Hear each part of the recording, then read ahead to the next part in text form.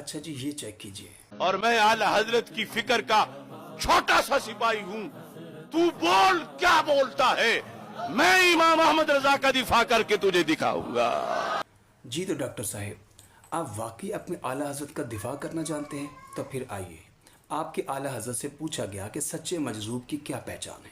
تو سچے مجذوب کی پہچان بیان کرتے ہوئے انہوں نے کہا کہ سچا مجذوب کبھی شریعت مطہرہ کا مقابلہ نہیں کرے گا. تو یہ حلیہ بھی ذرا چیک کرتے جائیں.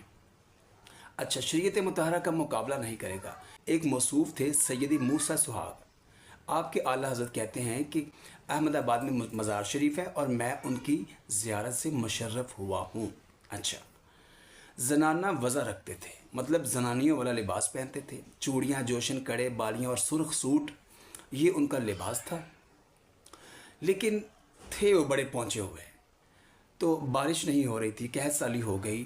تو قاضی صاحب سے بادشاہ نے کہا کہ آپ دعا کیجئے کہ اللہ بارش کر دے، یعنی کہ مولوی صاحب سے. تو مولوی صاحب کہتے ہیں کہ میں اپنے آپ کو اس قابل نہیں سمجھتا کہ میں دعا کروں اور بارش ہو جائے. انہوں نے کہا جی موسیٰ سہاگ نامی ایک بندہ ہے جو ہجڑوں کے ساتھ رہتا ہے، ڈانس کرتا ہے، ناچتا ہے، گاتا ہے. یہ میں نے سارا ڈسکرپشن کے اندر اس کا احوال لکھ دیا ہے. تو اس کے پاس جانا چاہیے، وہ دعا کرے گا تو بارش ہوگی. تو ان کے پاس گئے. وہ کہتے جی میں سید موسیٰ سہاگ نہیں ہوں، وہ کسی اور کا نام ہوگا، میں تو اللہ کی بیوی ہوں اور یہاں پر رہ کر لوگوں کے اندر میں گزر بسر کرتی ہوں. تو اس طرح کی مطلب بکواسات. تو جب بادشاہ نے کہا، بادشاہ اور عوام کی جو التجا و زاری حد سے بڑھ گئی، تو اصرار پر انہوں نے کیا کیا، اللہ سے دعا کرتے ہوئے وہ زمین سے انہوں نے ایک پتھر اٹھایا اور اپنی چوڑیوں کی طرف لائے، یعنی کہ توڑنے کی دھمکی دی اور اللہ کو اشارہ مطلب ایسا کیا کہ یا تو می بھیجیے، بارش کیجیے، یا پھر اپنا سہاگ واپس لے لیجیے. تو جناب ڈاکٹر اشرف آصف جلالی صاحب یہی منہج ہے نا، یہی آپ کا دین اور مذہب ہے نا.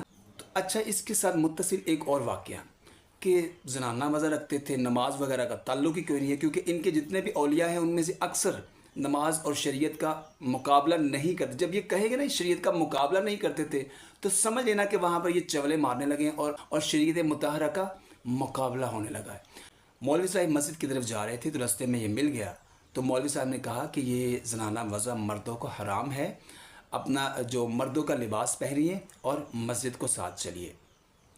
اچھا انہوں نے مولوی صاحب کی بات تو مان لی کہ سفید لباس پہن کر، چوڑیاں وغیرہ اتار کر، وہ جو زیور ہوتا ہے زنانیوں والا وہ اتار کر وہ مسجد کے اندر چلے گئے.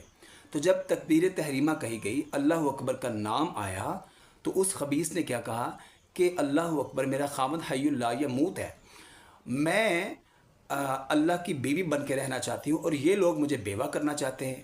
تو جناب ڈاکٹر صاحب اس کا ذرا احوال بتا دیں، یہ قرآن کی کون سی آیت کا ترجمہ ہوگا، فہم ہوگا، یا پھر تفسیر ہوگی، یا پھر کون سی صحیح حدیث سے یہ آپ نے لیا ہوگا، آپ کے اعلیٰ حضرت نے، اس کا دفاع فرما دیں.